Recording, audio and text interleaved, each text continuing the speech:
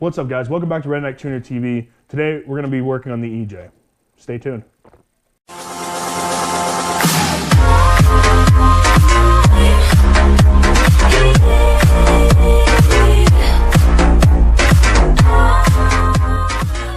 So today, what we're going to be doing is we're going to keep on putting things back on the engine, keep on trying to find the plugs and where the wires go and their routes. Last night we got this oil feed line to the turbo back on.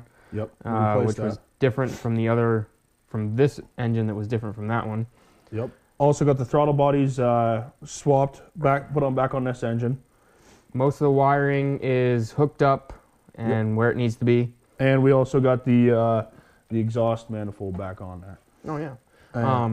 Something we just noticed before we started filming here was this cast piece of aluminum that runs coolant into the motor is a little bit different than the one that came on this engine originally. This comes out straight out towards the front of the car, whereas this one comes off more of a 45.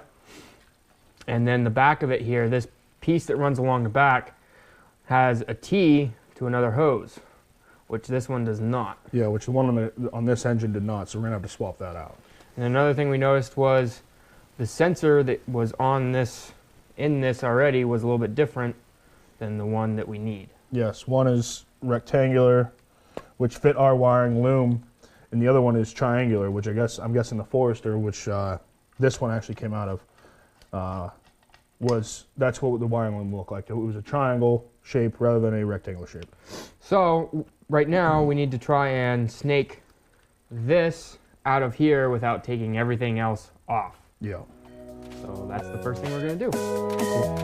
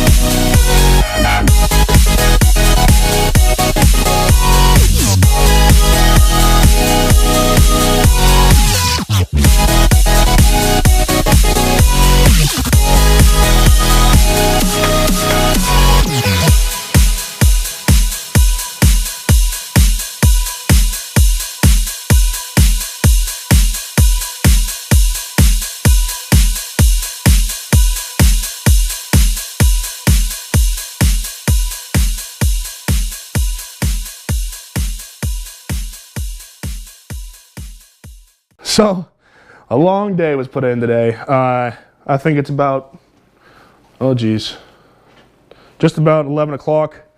I worked really hard today. Biggy helped me out a crap ton today. He has to go to bed. He has to wake up early tomorrow. Not a big deal. So, what we got done today is we got the turbo put on. We got the turbo coolant reservoir put on. We got the intake manifold put on. The power steering pump, the alternator, and the AC compressor. Those things are fairly easy to put on. They're probably 3 or 4 bolts maximum each one. Actually, this was 4 bolts, this was 3 bolts, and this was a bolt and a really long bolt. So that wasn't really hard at all. Anybody can do that. And we got a bunch of vacuum hoses put in today.